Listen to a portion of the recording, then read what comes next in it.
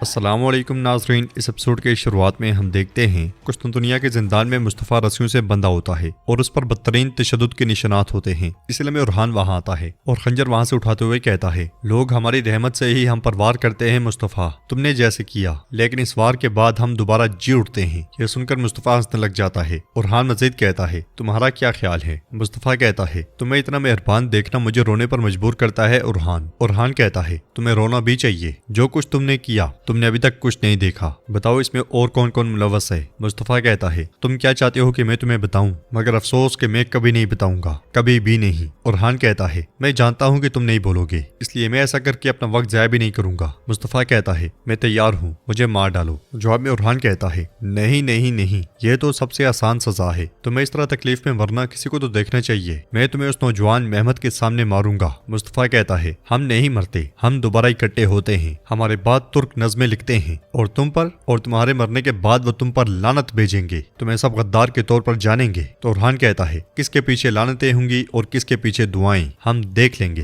یہ کہتے ساتھ ہی ارحان چلا جاتا ہے۔ ادھر سلطان ساروجہ سے پوچھتے ہیں، تو اب کب مکمل ہوگی بتاؤ؟ ساروجہ نقشہ سلطان کے سامنے رکھتے ہوئے کہتا ہے، سلطان معظم قسطنطنیہ کی دیواروں کے پاس زیادہ وقت نہیں بچا، اس لیے میں سپاہی آ کر کہتا ہے، زگنوس پاشا نے طبیبوں کو بھیجا ہے، وہ مرہم اور شفا لائے ہیں۔ ساروجہ چلا جاتا ہے اور طبیب وہاں آتے ہیں۔ طبیب سلطان کو دوا لگانے لگتا ہے کہ قلندر اسے روک کر دوا کا جائزہ لیتا ہے اور طبیبوں سے کہتا ہے، آپ لوگ جائیں، میں لگا دوں گا۔ طبیب چلے جاتے ہیں اور سلطان قلندر سے کہتے ہیں، پہلے تم نے ہماری جان کی حفاظت کی، اب تم ہی ہمارے معالج ہو، تمہیں شفا دینا اور مرہم لگانا کس نے سکھایا ہے؟ تو قلندر کہتا ہے، سلطان معظم جب کوئی گرتا ہے تو سب کچھ سیکھ لیتا ہے، زندگی انسان کو سب کچھ سکھا دیتی ہے۔ سلطان کہتے ہیں، تو اس طرح تم نے سونا کمایا؟ جواب میں قلندر کہتا ہے، ہرگز نہیں سلطان معظم، شفا دینے والا ایک خدمت گزار کی اجرت سے زیادہ نہیں کماتا، ہر دن کے لیے کچھ روٹی بس۔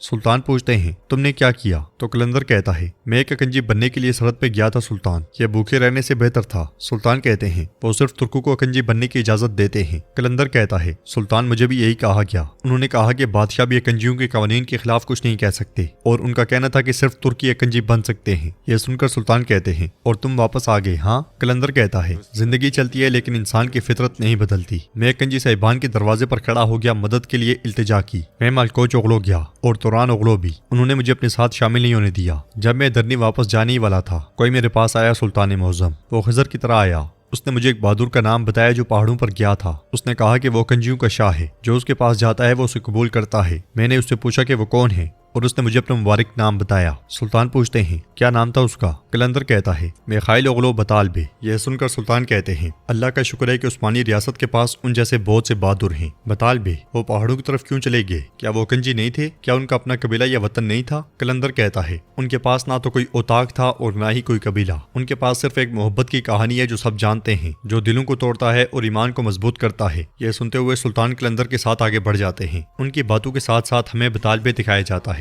جو میخائیل اغلو کے نسب سے ہوتا ہے۔ شاہین اس کے بازو پہ آ بیٹھتا ہے، ساتھ ساتھ قلندر سلطان کو بتا رہا ہوتا ہے، ایک ایسا بہادر جس کی طاقت تلوار کے وار سے بھی بڑھ کر ہے۔ اس کا نام سنتے ساتھ ہی کافر اپنا راستہ بدل لیتے ہیں، وہ حملوں کی قیادت کرتا ہے، ہمیشہ جنگی محاذ پہ ہوتا ہے۔ ساتھ ساتھ ہم دیکھتے ہیں کہ ایک گھنے جنگل میں ان کی صرف ایک چھوٹی سی جھونپڑی ہوتی ہے۔ قلندر کی آواز مزید گونجتی ہے، شہرت پہ شہرت، شان پہ شان، جب تک قسمت کسی حملہ پر گرا نہ باندھے۔ جب وہ ایک دشمن کو مارنے والا تھا جس کے پاس محل میں وہ چپکے سے گھس آیا تھا، وہ جلنے لگا۔ سلطان جیسے کہ آپ سمجھ سکتے ہیں، اس حملے نے بطال کو مار دیا، لیکن کسی تلوار یا تیر سے نہیں، نیلی آنکھوں کے جوڑے نے بطال کو شکست دی۔ ساتھ ہی ہمیں ایک خوبصورت خاتون دکھائی دیتی ہے جو مسکراتے ہوئے بطال کی جانب دیکھ رہی ہوتی ہے۔ قلندر مزید کہتا ہے، اس نے اس کے اندر کی بے چینی دیکھی، اس نے اس کی آنکھوں میں معصومیت دیکھی، اسے عشق ہو گیا۔ اس نے عشق تو کیا لیکن حسد کرنا لوگوں کی فطرت میں شامل ہے۔ جب بطال اپنے دشمن کو نہ مار سکا تو میخائیل اغلو تیش میں آ گئے۔ بطال نے اعتراف کر لیا لیکن کسی کو سمجھ نہیں آئی۔ سب سے پہلے اس کا بھائی میخائیل اغلو محمد بے، پھر اس کا سارا قبیلہ اس کے خلاف کھڑا تھا۔ اس نے اپنی شہرت اور اپنے نام کو پیچھے چھوڑ دیا۔ بطال اپنی محبت کے ساتھ متحد ہو گیا اور اس نے شادی کر لی۔ وہ ایک پرامن خوشگن خاندان بن گیا۔ یہ ایک ایسی محبت کی کہانی ہے کہ مشہور اور مغرور شاعر اس کے بارے میں بات کرتے ہیں، لوہے جیسے دلوں کو پگھلانا، انہیں نرم کرنا اور انہیں غائب کرنا۔ ہمیں ساتھ ہی ان کے دو بچے بھی دکھائی دیتے ہیں، ایک بیٹا ایک بیٹی، وہ سب بہت زیادہ خوش دکھائی دیتے ہیں۔ قلندر مزید کہتا ہے، میں اسی دوران بطالبے کے پاس گیا تھا، بطالبے اپنے گھر والوں کو بھیجنے کے بعد اس کے پاس آئے تھے۔ قلندر کے الفاظ گونجتے ہیں، میں نے اپنے مسائل بتائے، اپنا دل کھول دیا، صرف اس نے مجھے سمجھا اور کہا، میں تمہیں کنجی نہیں بنا سکتا، روایت میری نہیں ہے بلکہ ملت کی ہے، مگر میرے ساتھی بنو، ایسا اس نے کہا اور میں نے اس کا ہاتھ چوما۔ ایسا کرنے کے بعد میں اس کا ساتھی بن گیا، یہاں تک کہ میں آپ کی بارگاہ میں حاضر ہوا ہوں۔